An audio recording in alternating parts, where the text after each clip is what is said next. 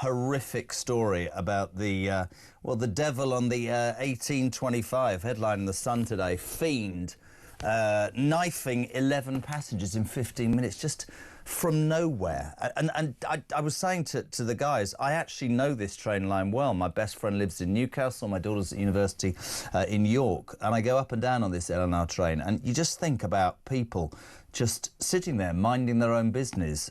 The fear factor must be extraordinary. This is something I want to talk about, and I'm delighted, I have to say. Day one, the best paper reviewer for a Monday. Is that good, yeah? Poppy Coburn, good morning. Good morning. We're all right, aren't we, for an early morning start? I think so. I feel bright and early. You know? Nice, good. Let's start with this horrific story. I mean, I don't know what you're supposed to say. There's a couple of things that I want to say, but this guy gets on the train, stabs 11 people willy-nilly, eventually is tasered by the cops as he yells, "Kill me." One of them, the bravest people, was in fact a worker for LNER who is fighting for his life. I just want to play a clip to everybody. This is Ollie Foster, who was a passenger on this train. This is what he saw. Have a listen. I was in Coach H. I was literally just listening to Audible on my phone. And then I had guys suddenly run past going, "Run, run." There's a guy stabbing literally everyone, everything. There was a few of us kind of looking at each other like thinking, was it a joke, like it's Halloween, I'll be pranking. But then you could kind of see in their faces they were being serious. I kind of got my stuff and I was running, and everyone was really pushing behind us, really panicking. And at this point I was kind of asking questions like, what's happening, like who is it? And they were like, a guy's just stabbing everyone back there. Put my hand on this chair, like just trying to push myself forward. And then I look at my hand and it's covered in blood. And then I look at the chair and there's blood all over the chair. And I'm thinking, okay, this is pretty serious. So some of the guys that had ran through to kind of alert us to run, they were the ones who had also been stabbed. So we're running over and getting to the edge of the carriage, still trying to work out who is it, you know, what's their intentions, what's their motives. Terrifying. It's like something out of a horror movie. It is. Yeah, I just think, you know, you say it's a normal train route, completely right. Like, sometimes with these attacks, you just place yourself there, you can't help it. Like, that's so normal, just getting a train, you know, on the weekend, just travelling down to London. How many people do that on a regular basis every week?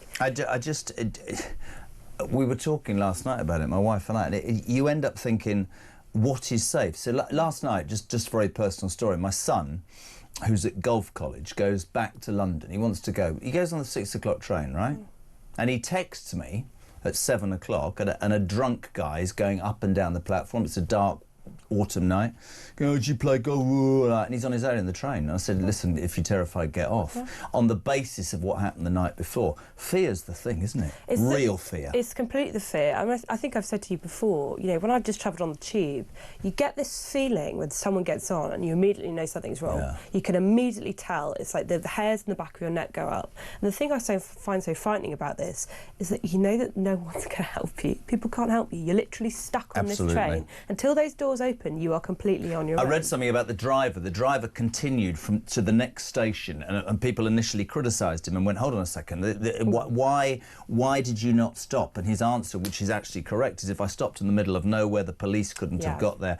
Again, respect to the services, the emergency services. But actually, we've got this is another clip I'd like to play. Superintendent John Lovelace. He's from the British Transport Police. How about listen to this, my friends? 10 people were taken to hospital by ambulance, and another person self-presented later that evening. While 9 were initially believed to have life-threatening injuries, following assessment and treatment, 4, thankful to say, have been discharged. However, 2 patients remain in a life-threatening condition. British Transport Police declared a major incident yesterday, and counter-terrorism policing were initially supporting our investigation. However, at this stage, there is nothing to suggest that this is a terrorist incident. Now, the thing about these sorts of stories is, you know, when you do a job like this, you have to try and talk about other things. And there were 2 things that I took from this story over the weekend. And if you are listening this morning, let's get your theories. Let's get your thoughts on this. 87222. Start your message with the word talk. We'd love to hear from you. How has this affected you? Have you got a story you can relate to that with? Also, as ever, voice notes, calls 0344 499 1000. Do that now. For me, 2 things. The first was, why isn't it terrorism? Yeah. How is it? What's the difference? Somebody running amok on a train with a knife, potentially killing tens of people. Why is that not terrorism? But also equally, I'd love your take on this, people. Why did the government feel it necessary to say the two suspects, which they announced initially, were a 32-year-old black man and a 35-year-old man of Caribbean descent? I think I know why. I think it's because most people, I'm afraid, would have assumed that it might have been a terrorist attack, an Islamic terrorist attack on the basis of everything, and the government were doing what was best to quell. Thoughts on that? I completely agree with you. I mean, this is an attack, unfortunately, that is not unrecognised by people in Europe, right?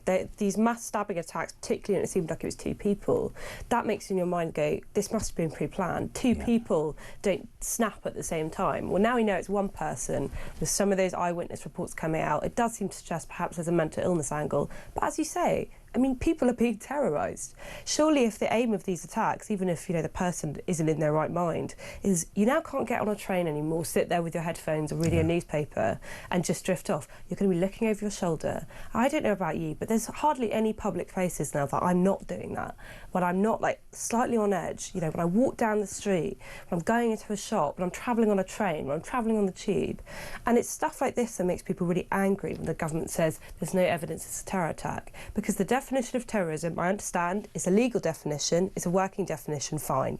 But people feel terrorised. Completely. They feel that there are people who are not in their right minds, who are loose cannons, walking around. They see them every day. I don't know about you, but I see these people every day. You look at them and behind their eyes there's nothing there. And you're like, why are you walking around the street? Which I think opens up a whole debate about social care and the system in this country. But I just... The other thing which perhaps sounds stupid to ask you, right, is because, you know, I'm 60, right? So nowadays social media is really an outlet that most people seem to get their news from, and stuff is so much quicker than it ever was in the past. But what happened on that train, did that happen 20 years ago? Was that fuelled by social media? Is it fuelled because of what people see? Is it copycat? Why do we have more of this now than before? Yeah, well, look, or did we not just hear about it before? I don't know. I think this is new. Yeah, I was talking to my dad about this because we were both complaining. A bit like this show, yes, that's what I was about to say, isn't it? Well, when people say, like, you know, crime is lower than it's ever been, it's so safe now in the UK, everyone's like... crimes like this, where people are going on frenzies, you know, just random people snapping at once and going around with a massive machete and stabbing people, that is not normal. Now, maybe robbery is down, fine. Shoplifting's certainly up. These crimes are certainly up. These stranger attacks are certainly up. And those are the things that keep people up at night, because that is random. How do you change your behaviour? As John Healey said, be vigilant. How do you be vigilant on a train? Well, it really brought it home with me with Henry last night. I was at home thinking, geez, what am I supposed to do? I'll drive to Southampton or whatever. 16 and a half, never had a problem, just sat there. What if that guy had been a nutter? Richard's right. He says it's clearly terror-related, Jez. I mean, what else do you call a man waving a knife and attacking people willy-nilly? That's terror. That is terror, isn't it? Yeah. Well, it's also, what does terrorism do? It makes you afraid to engage in normal patterns of life. And this is exactly what these attacks do. It basically tells you the public space isn't for you. What will also happen, I mean, the front page of the Mail, the devil's not going to win. What knifeman told terrified passengers as he stabbed 11 in train rampage. The vicious attacker told one passenger the devil is not going to win. So all the papers will try and work out who the devil is. And then we'll hear in the coming days that this guy, presumably, sorry to appear cynical, peeps, was actually known to the mental health authorities somewhere or the counter-terrorism group. Morning, Jez. This is Mark. If it's not terror, what is it? A racist attack? Will it be mental health? That newfound excuse people use. This was clearly planned, a lone wolf-style attack. I'm on a train now. This is interesting. Mark's in Croydon on a train right now. He says, I'm sitting here thinking, what if that happened now? And I'm listening to you. Yeah, well, exactly. You know, this reminds me of Valdo Calacane. The Nottingham attacks, right? Same thing. A man who was known to authorities, well in advance, multiple opportunities to stop them from going. Again, we don't know who's, you know, well, we do know who's potentially done it. We've got a suspect in custody. We don't know the motive for it, but it's the same old story every time. So of course you're going to start extrapolating what you can get from this. Known to authorities, multiple attempts for the people to stop, whether it be the police or the NHS, and yet the attack is allowed to carry out. People have their lives ruined. Bill in Romsey, morning, JK and Poppy. After the knife attack on the train, I think the UK is broken. I think this is another example. My question, will Starmer and Mayor can't do anything about it? And finally, if you were on that train now, would you be in the terror of your life? Absolutely, of course you would. You'd be sitting there thinking, geez, and I don't know. I mean, I watched Shabana Mahmood. It wasn't the most inspiring response, was it? I want my government to come out fighting's the wrong word, but come out and say, we're going to make you safe. And by the way, I don't lay this at the Labour Party, I lay this entirely at the door, initially, of Theresa May. Yes. It's an absolute disgrace. What did Shabana Mahmood say? I wish my eyes would work. I'm deeply saddened to hear about the stabbings in Huntingdon. My thoughts go out to all of those affected. 2 suspects have been immediately arrested. I am receiving regular updates. I urge people to avoid comment and speculation. No, I don't want that. I want her to say, I'm completely with you. I want her out of wherever she is. I want her in Huntingdon at midnight with sirens and lights saying, I am here and I'm going to protect you because I am the Home Secretary. Is that outrageous? So normalised. This used to be something that was on a front page of news for a month. I can promise you by the end of the week people are completely forgotten about it because this stuff is now normalised. We just accept it as another normal part of life. This is not normal. You know, I used to look at America and I used to think, you know, those terrible shootings in schools and we'd have those debates on the shows about knife crime and weapons in America and how fundamentally it was wrong. You're absolutely right. Those terror, Sadiq, all those sorts of things, in America, they go for a week and a month and then it happens again. It's starting to be like that in the United Kingdom. It's undoubtedly. Good morning to Jules in London. Morning, JK and Poppy. There's a certain culture in our country that think carrying and using a knife is OK. 61% of knife crime is in London. Let's take that point. This was in Huntingdon. We accept it was probably a lone wolf attacker. But think about Khan and London. He talks about, you know, equality and diversity and educating this and we mustn't have that and we must charge for this and all that. And yet knife crime is the absolute bane of the lives of so many people in London. And I still don't understand why your mayor wouldn't go, do you know what? I'm going to make sure that we stop and search anybody and everybody and not apologise for it. And there's going to be a statutory penalty if you get caught with a knife and you're going to go to prison and you're going to serve the time. But this is the problem. Everyone else has to pay for the consequences of this stuff. So I can promise you they're going to bring in some stupid law that means you have to get your bag searched at a train station like you do in an airport. It won't stop the people that actually carry knives because they won't be stopped and searched. They'll push past the barrier, as they always do, and they'll continue to carry out these attacks. But your life and my life will get worse. And this is the way that the authorities always respond to crimes like this. This is what people like Sadiq Khan want to do. They'll put up posters on the tube saying don't stare, don't harass people, but they won't actually have anyone in the British Transport Police doing anything about it. Let's get 6:15 in the morning. Let's just take that because you are so, I've stood there. I've stood there on the tube in London and I don't go on it very often, right? And it will say, you know, treat people fairly and well done to David who's got whatever wrong with David, but he's our employee of the month because he came to work for 3 days. And once somebody said to him, you're a nasty man, your job's not very exciting. And he got upset, but he's fought back from anxiety. But whilst that's going on, people are being knifed in the streets. The quality of the undergrounds, the trains, the graffiti, the begging. It's like New York in the 70s. It is. It's so... Actually, this is interesting. Nikki is in Huntingdon. Good morning, Jez and Poppy. Regarding the train stabbing, I'm an ex-RUC officer from Belfast. I moved to England in 1990 because I was sick of terrorism and I didn't want to raise my kids in that atmosphere. Here I am, 30-plus years later, with the same feelings and terrified for my children and granddaughter. I feel so helpless this morning. It's just disgusting. I just don't think that we should have to live like this. No. I hate that this is being normalised. What's the answer? What's the answer? Well, the answer is to actually, like, arrest people, put them in jail for a long time. I once interviewed Sadiq Khan, and I took, weirdly, not on this station, and I went for him about knife crime, and he said to me, but it's racist, stop and search. And I pointed out that a majority of knives that are carried in London are carried by young black men. That's not a fact, and stabbings as well. No, it's racist. I said, but whether a person is white, Caucasian, black, I'm not bothered about that. Surely you should be saying, if you're carrying a knife, whether or not you're carrying it because you're fearing that your gang isn't as whatever. If you eradicate that by saying, I don't care who you are or where you come from, the punishment is going to be so great, you're going to think twice. It doesn't do that, though. This never comes out of the blue. It's always the fact that the authorities have dealt with these people multiple times, multiple occasions. They would have had interactions with police, with social workers, with the NHS. They may have been detained under a Mental Health Act. If these people, I mean, this is a Labour government thing, by the way, they want to bring down detentions for extreme mental health conditions because they think there's racial disparities in them and they think it's racist. Sorry, can we just... Sorry.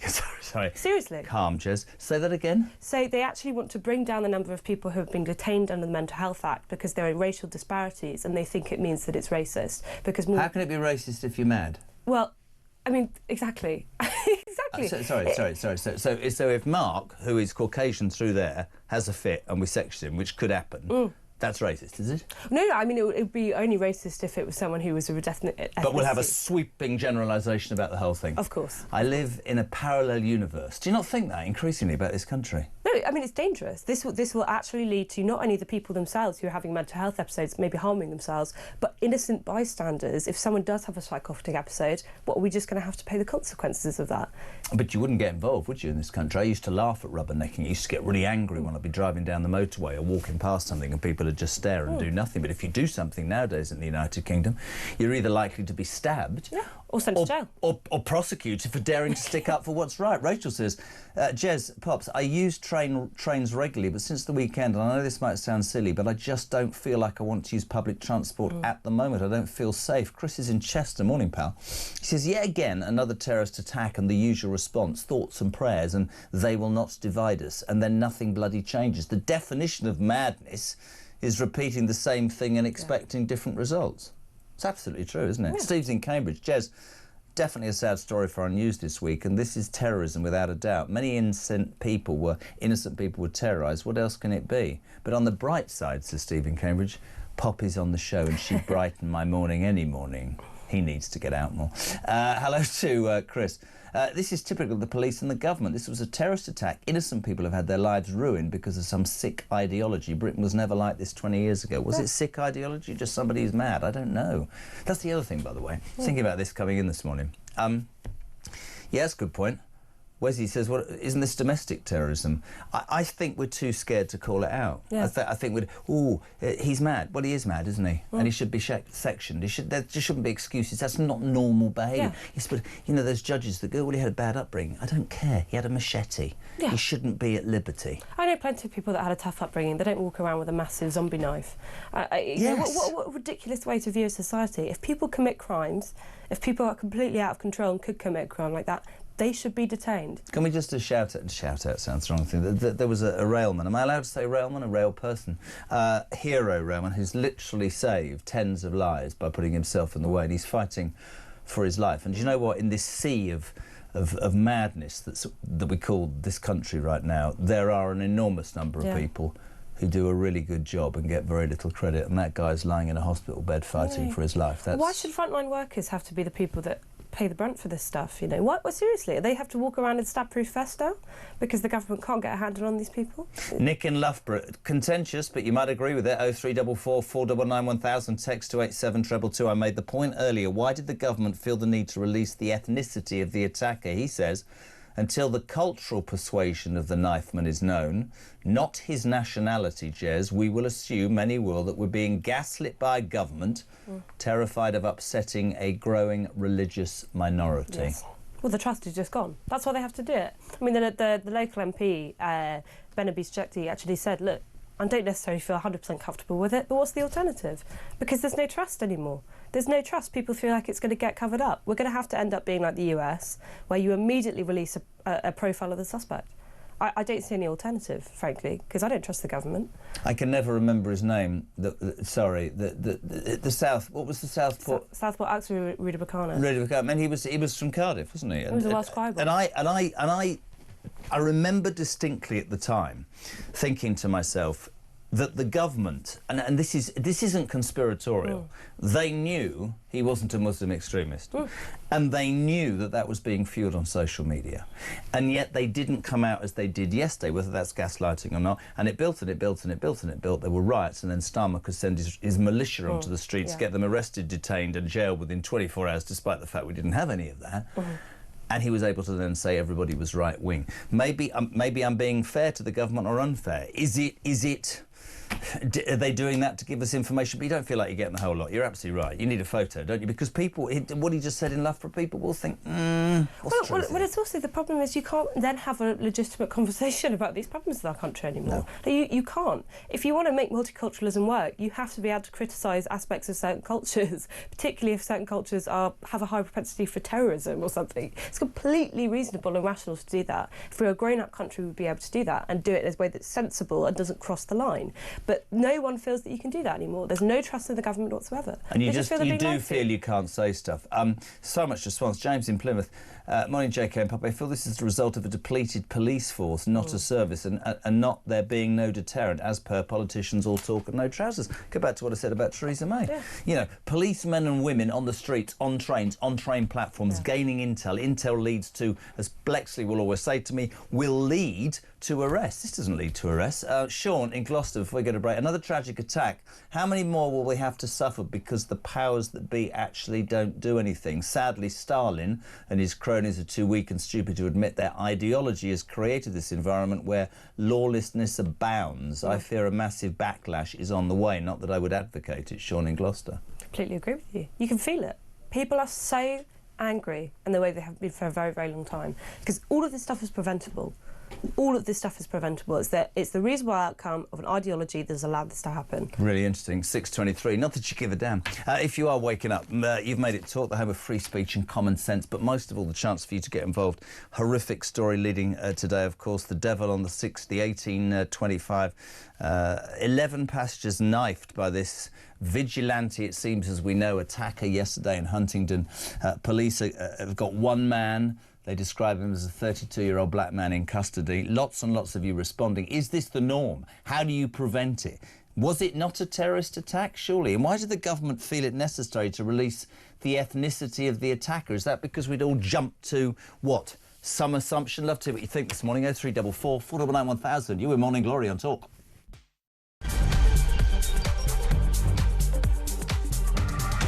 Hey, very good morning. Welcome back. 6:28. You're with Morning Glory. We're live across the UK on the home of free speech and common sense. JK and Poppy Coburn.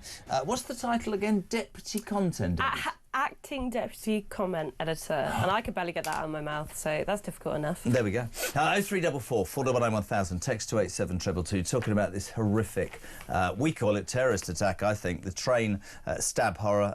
Huntingdon, Saturday night.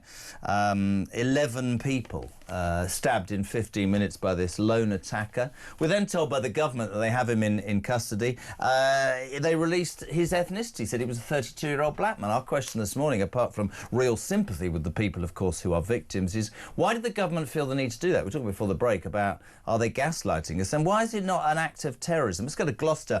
David, you're on Morning Glory. Hello, my friend. How are you? Good morning, Jeremy. Good morning, Poppy. How are we all? Yeah, we're good. What do you want to say? That's good. Well, I feel very sorry for the victims, obviously, but I was actually, theorising. If this character is known to the authorities in any way whatsoever, whether he's been let out of prison or, whatever, Starmer, the Home Secretary, must be in prison, must be charged with conspiracy. Because that is what it is. It's a conspiracy to destroy the lives of this country. It's really interesting what I said. You might have heard me say earlier about the Southport situation and Starmer and the government they withheld information from us. This sort of feels, doesn't it, Pops, as if they're giving a bit out, but we're not sure it's everything. But are they in a no-win situation? Am I being too hard to them? What's the right answer? The stuff that irritates me is they say, don't speculate, please don't speculate, and then they leave an information vacuum out there for 14 hours. How the hell are you not going to speculate when, you've just had a dozen people be stabbed on a train? This is like a horror movie situation. Of course you're immediately going to go, hang on, there's been 2 suspects, oh, well, now there's one. You're like, oh, we're getting a mixed profile of who it actually is. We don't necessarily know what the motivation is. We haven't got a name. In America, you get a name and a mugshot immediately. Of course people are going to start to think, what the hell is going on in their country? It's terrifying. It's not the norm, though, is it, David? But sadly, it's becoming, I'm not saying it's becoming the norm, but as Poppy said earlier, you look at this and you go, within a week, people will have forgotten about this. 11 people could have died. This lone wolf is out there. It's scary, isn't it? It's absolutely terrifying. And my wife's sister lives over that part of the world. And she said, oh, my gosh, that's quite near where her sister lives. And I said, yeah, but that could have happened anywhere. That could have happened in Gloucester, Scotland, you name it, it could have happened. Yeah. And it's just, but this is what we've become. We're absolutely terrified in this country. You're wandering around thinking, well, I'm in rural Gloucestershire, but even here you're thinking, we're not safe anymore. I think that's. I think you're absolutely right. And I think if you create a cocktail of we don't feel safe, we don't feel like we're treated fairly, we don't really understand why we've lived our lives the way we have, and we're being put right at the back of the queue. Yeah. That is a lethal cocktail. Thank you, David in Gloucester. This is interesting. Jenna Lloyd-Ball. Jez, 4 members of my family travel on LNER to London every day for work, and my 19-year-old nephew was on the train immediately behind the one involved. He was among the passengers who asked to leave the train at Peterborough that night. We spent the rest of the weekend discussing how we could protect ourselves if we were ever caught up in a situation like that. It's left us all feeling very anxious about travelling. You know, the stuff that makes me so angry, though, is how can you protect a child at Taylor Swift-themed dance class? How can you protect yourself when you're out walking your dog? How can you protect yourself when you're commuting on a train? These are all normal things that people will go about on their daily lives. Yeah. There is nothing that you can do. You certainly can't arm yourself for your protection because obviously it's illegal. I mean, it's a luck of the draw. That's why it's so petrifying. And I think for me, and we'll obviously come back to this story in the morning and would love to take your comments on this and your thoughts. We don't want to, there's other stuff in the news, but it's one of those moments where people will say, well, how'd you do it? Well, you get more policemen and women on the streets. When you give a sentence to an attacker, they have to serve that bloody sentence. Yeah. Let's not look for excuses for the attacker. Let's concentrate on the victims. But this ideology that you're talking about, and look at Tony says, why the hell won't the police release the suspect's name and photograph? Yes. This text, Crystal, good morning, Jez. The unfortunate part of this is after violence like this occurs, an important conversation starts, but sadly ends due to the offence of people's rights being taken away. It's absolutely right. Well, what He about hasn't got any rights. He's a scumbag. He should be in jail. What about the right not to get stabbed on a train? Just imagine how that sounds. This is why America thinks our country's on its Yeah. backside. What about the effect? I keep going back to this about that, and I apologise to you all because you've heard this many times.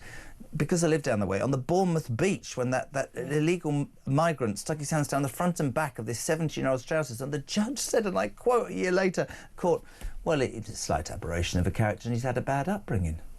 What? Sorry. What does that say to anybody who's had a bad upbringing, who doesn't think it's OK to sexually attack somebody or stab somebody on a train or nick something that people have worked hard for? Well, we've changed our notion of justice. Like, we have a completely wrong notion. I think the average person on the street has a very clear black and white morality. They know this is right, they know this is wrong.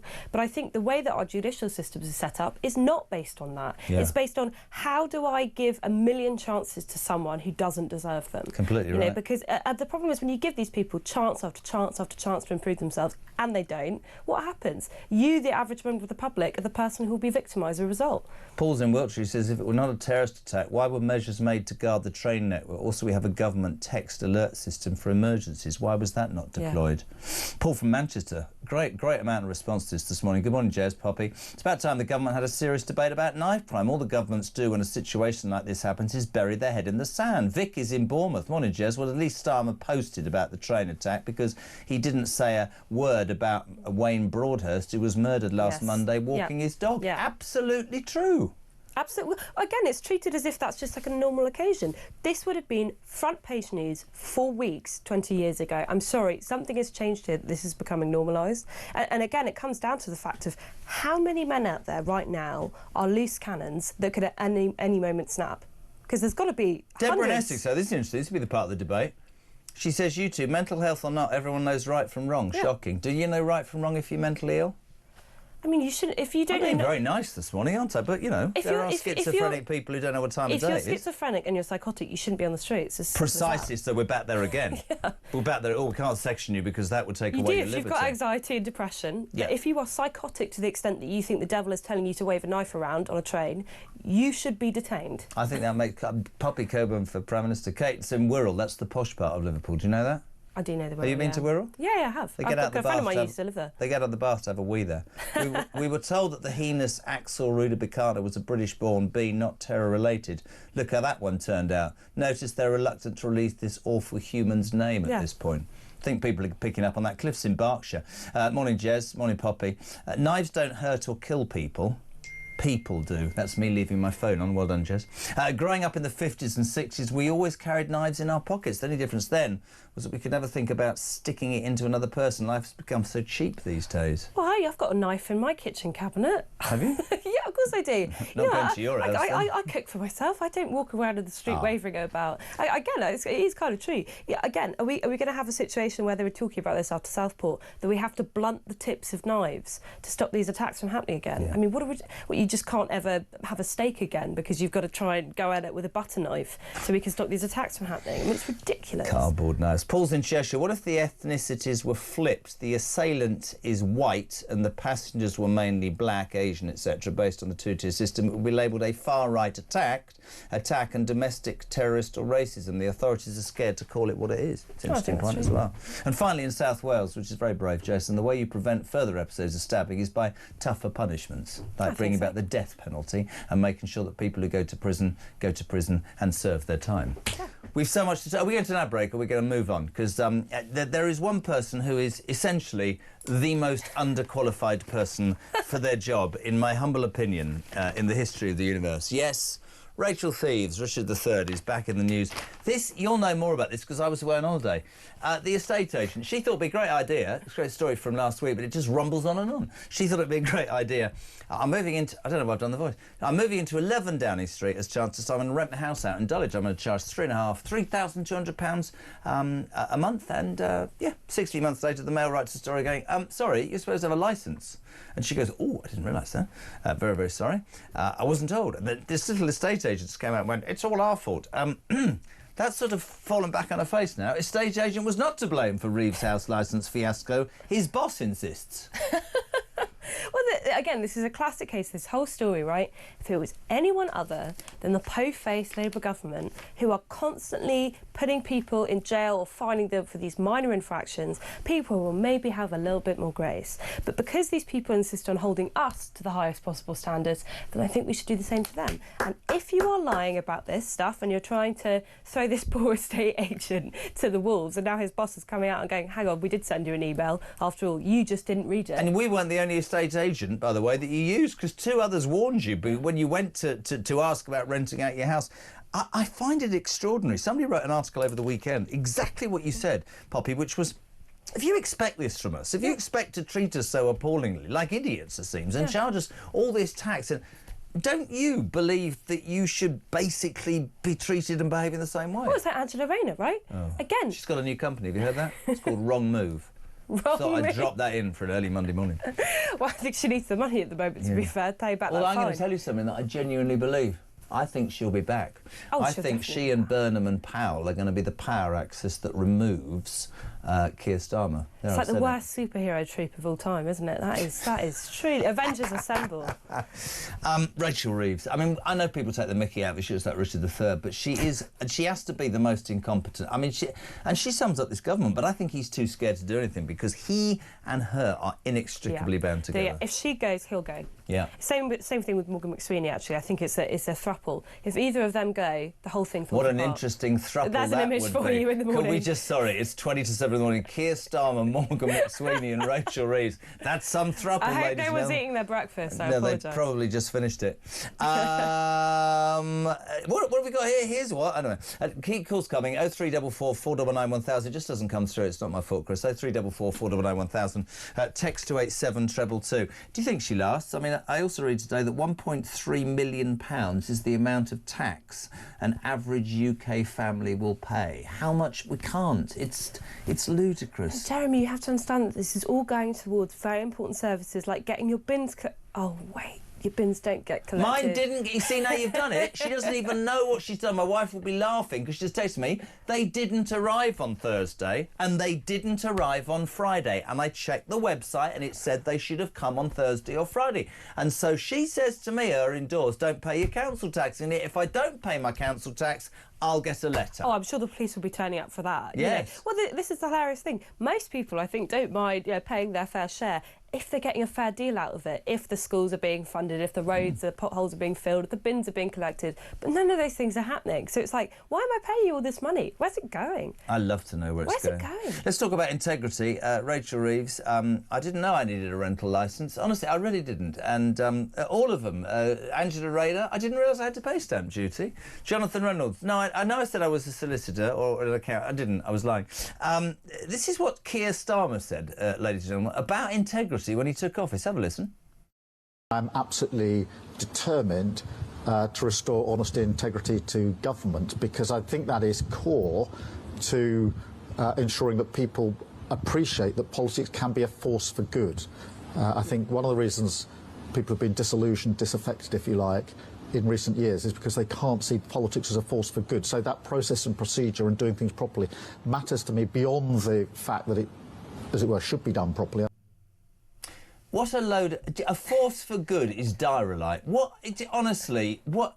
That was a month after he took power, and I would say, without being disrespectful, his is quite simply one of the most incompetent administrations I can possibly ever remember, right? You know what it reminds me of? That famous post from Boris Johnson. It was the year before COVID started. This is going to be a fantastic year for Britain. And I remember people kept reposting that every time With something two thumbs, awful just like happened that year. You know, they get the COVID pandemic, you get all this debt, government falling apart. You know, it's like he has the curse of Cassandra. As soon as Keir Starmer says something, Did you ever guarantee... think it would be this bad? Seriously? No, I didn't. No. I thought that it would be bad, but I didn't realise it would be catastrophic. I mean, every week. Because I remember far further back than any of you lot here in this studio, right? I know what they do, the Labour Party, and I said it, you have to be careful when you're broadcasting during an election, but they've only got one policy, which is to give to everybody who asks, and in the end we're skint, and inflation hits 30%, and we go hand in hand to the IMF, and that's what happens. We cannot, right now, afford the interest on our debts.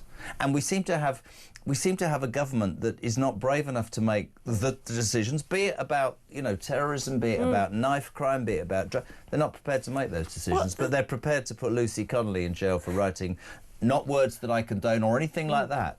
It doesn't make any sense to me. There's something very strange where they release these statements that look like they've been written by AI or something. Like it's the way that no human being would talk to another human being, and the only effect they actually have is to make people even more angry at them. He doesn't last, does he? He can't last. No. By May he's gone. I'd put money on it. By May he's gone. May elections. Do you think so? Yeah. And bad or not? I think they'll both be gone. See, I absolutely agree with that. Oh, do you know Leon Meredith? It's not your boyfriend, is it? No. Oh my, waking up with Poppy Coburn. What a delightful start to my week. Thank you so much, Talk. She's not even blushing. We'll take a voice note on that dreadful train attack to the next ad break. Brian. Just a quick thing on the statement released by the police that they're not treating it as a terrorist offence. The murderer of Lee Rigby was a British-born. The Southport killer, British-born. Just because you're British doesn't mean to say you can't have the ideology of a terrorist. This was a terrorist attack. Make no mistake about it. And sooner the people who are in charge of this country and the police who are here to protect us realise that and get that in their heads, we have got no chance and these attacks will continue.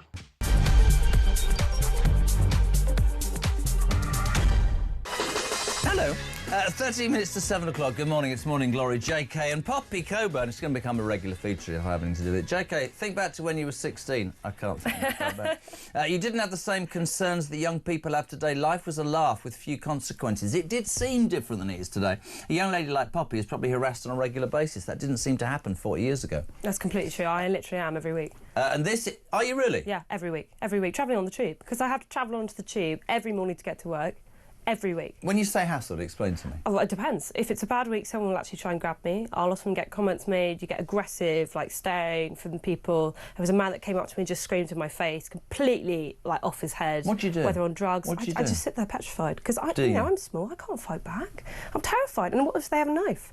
You know, that's the thing that always goes through my head. What if they have a knife? What I want to say is, well, blue language I can't repeat earlier in the morning show, but I can't do anything. It makes me feel completely powerless. How bad is that? If you're just waking up and you're listening, it's Poppy Coburn, assistant comment editor at the Telegraph, just really honest there. You go on the tube and you're terrified, and do you know what you say? That becomes normalised. Yeah, it does. Mrs. Kyle's on one this morning. She texted me. Zero tolerance on knife crime, 25 years for carrying a knife. That's why the bloody acid attack stopped. You're getting me ranting. She's right, isn't she? Yeah, completely. Well, if you think you can get out early release, you've served, 40% of your sentence and on good behaviour inside of jail. I mean, that's... Well, we did this the other day. The Labour Party's latest idea for dealing with our overcrowded prisons is to say, right, I've given you 5 years for carrying a knife, and I know you've only got to serve 2.5, but now you'll only have to 30%, and you could... We're not on a minute. So why didn't you give him a 30% of that sentence? I firmly believe, I don't know what you guys think, I firmly believe if you're given a sentence, you should stick to it. Yeah. Loads of response. What? Oh.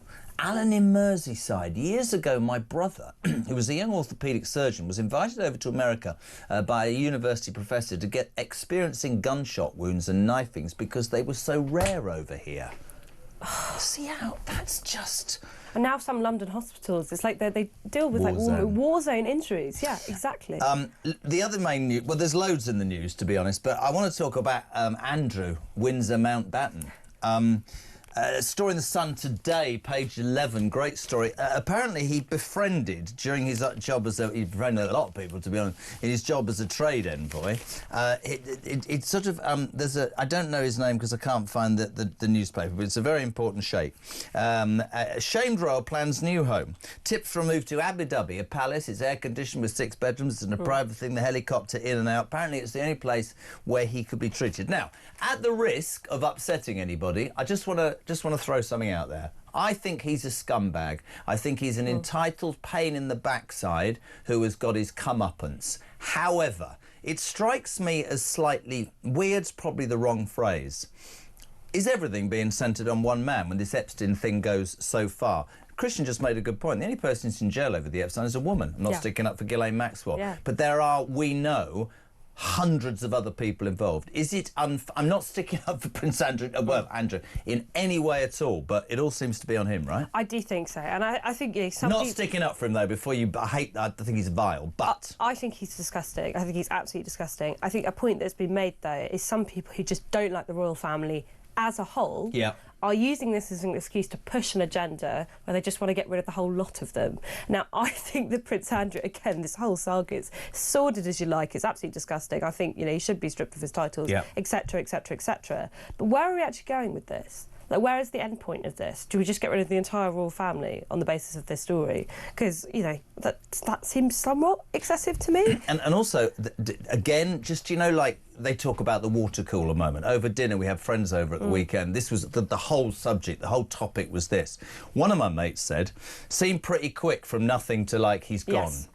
Does that mean something big is coming? Is there something that we think is on? I don't know. But it's there's not a part of me that has any respect for him at all. But it all seems to be on him, and it does beg the question, what about other people? Love to know your thoughts on that as well this morning. 0344 499 1000. Now, I'm sorry to do this because I know it was the boss's idea, but frankly, I don't care. Virgin Radio Christmas, right? Sister station, Virgin Radio Christmas launched on Saturday. It's not... Was it November the 1st? I've got to sit for the best part of 54 days and listen to bloody Christmas songs. And I don't know who made that decision, but whoever made that decision, that is ludicrous, isn't it? November the 1st, wish it could be, not for 54 days. It gets worse every year. It literally gets worse. It's like when you go to Tesco and it's September and it's still Barbie outside and you see Christmas stuff. I mean, we never used to treat this holiday like this. It's so Americanised. It is. You know, 1st of December, now let's all get excited for Christmas. You get your little chocolate... 1st of November? Chocolate advent calendar. Well, I mean... I went to... God, I'm so boring.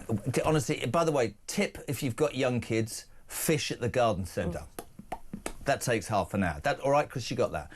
Go to the garden centre last year in halfway through November, maybe end of November, all the bloody decorations are gone. Yeah.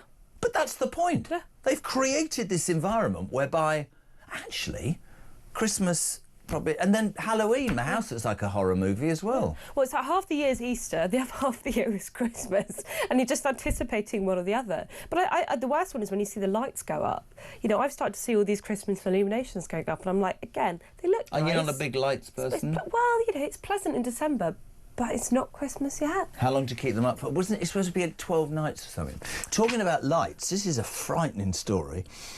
Fireworks. Right? Should fireworks be restricted, right? A couple of questions for you. Is Christmas too early? Virgin Radio Christmas, welcome. And should fireworks be restricted? Fireworks night is Wednesday. Diwali was on Monday the 20th of October. Christian's got a young baby. I've been bloody well going off for weeks.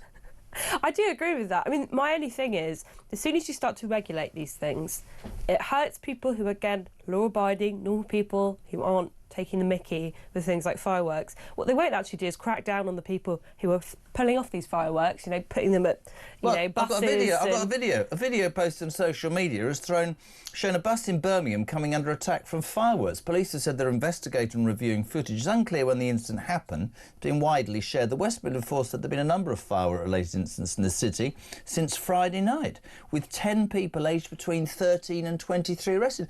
This looks like a scene out of Gaza. I'm not even joking. Have a watch here.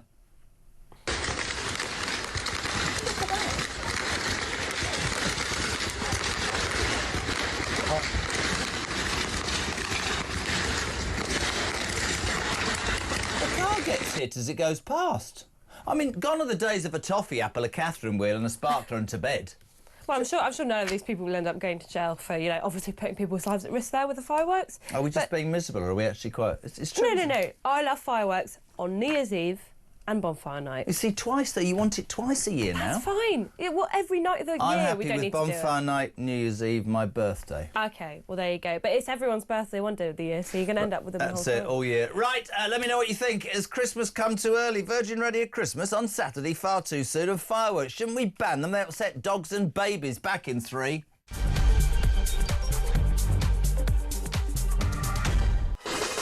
Welcome back. The amazing Poppy Coburn's with us all morning. We've only got a minute and a half. Jez, Poppy, my husband Jez's birthday is on the 28th of August. If he wanted, he could celebrate by watching a TV channel called Great Christmas that shows nothing but Christmas films from the end of August. This is because Virgin Radio Christmas launched on Saturday. What a joke. The end of August? Yeah. The end of August, but it's still hot outside. H in Pompey says, I'm a veteran and now it should be about remembrance and stopping all this violence, not about Christmas. It's just ridiculous. Sarah Taylor, morning, Jez and Bobby. Sarah in Birmingham here. So on Saturday, one of my Sainsbury's Nectar Point offers was for Easter gingerbread biscuits, sodding Easter. What? Literally, so Christmas hasn't even come and gone. Morning, Jez. 2 other Christmas radio stations launched on the 1st of September and the 30th of September. Ridiculous. Gaz in Pudsey near Leeds. Thank you so much indeed. So, it's Christmas start too early. Virgin Radio Christmas on Saturday. Fireworks, they're just a terror. They've been getting on for months. Can we say thank you very much indeed? Can you come back next Monday? Oh, yes, I can. We love it. Thank you. Poppy Coburn.